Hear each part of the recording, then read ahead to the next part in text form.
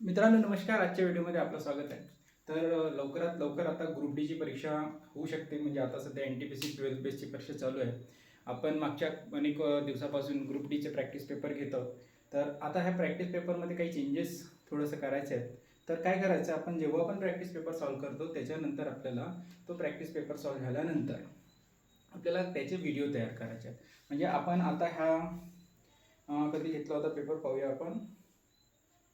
बुधवारी एक पेपर घेतला होता. तो होता आपला पेपर प्रॅक्टिस पेपर 2022चा. तर त्याच्यामध्ये काय झालं होतं, पहिला प्रश्न जरा सपोज समथिंग याच्यात पहिला प्रश्न आहे, भारतीय संविधान का अनुच्छेद 24 शोषण के विरुद्ध अधिकार से संबंधित है. काय म्हणतात, भारतीय संविधान का अनुच्छेद 24 किससे संबंधित है, शोषण से संबंधित है. ओके. इस अनुच्छेद के अनुसार किसी कारखाने या खदान में काम करने हेतु सरकार द्वारा निर्धारित न्यूनतम आयु कितनी है. ठीक है.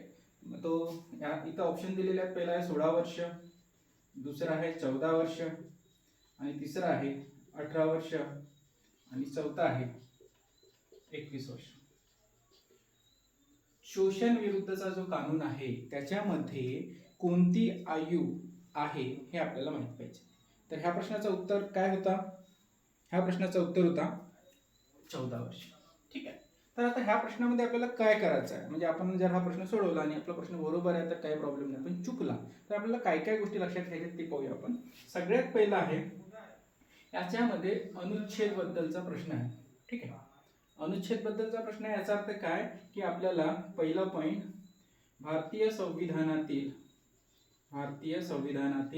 अनुच्छेद माहीत असायला पाहिजे. तर महत्त्वाचे जे बी अनुच्छेद आहेत ते तुम्हाला पाठ असायला पाहिजे. हा त्याच्यावरचा प्रश्न आहे. तुम्ही त्याचा अभ्यास केलाय का हे तुम्ही पाहायचं. ठीक आहे. त्यानंतर याच्यामध्ये कारखाने या खदान में काम करने हेतु सरकार द्वारा निर्धारित न्यूनतम आयु याच्याबद्दल प्रश्न विचारलेला आहे.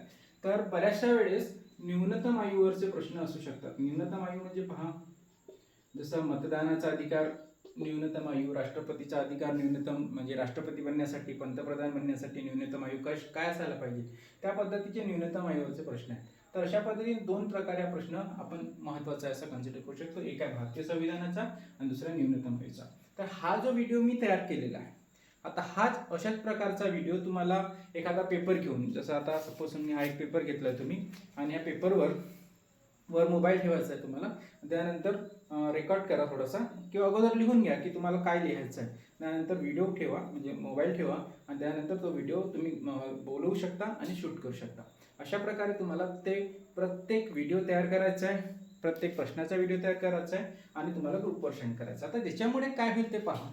जर तुमचे मार्क्स सपोज तुम्ही हा 100 मार्क्सचा पेपर होता आणि तुम्हाला 42 मार्क्स मिळाले, उदाहरण पकडूया.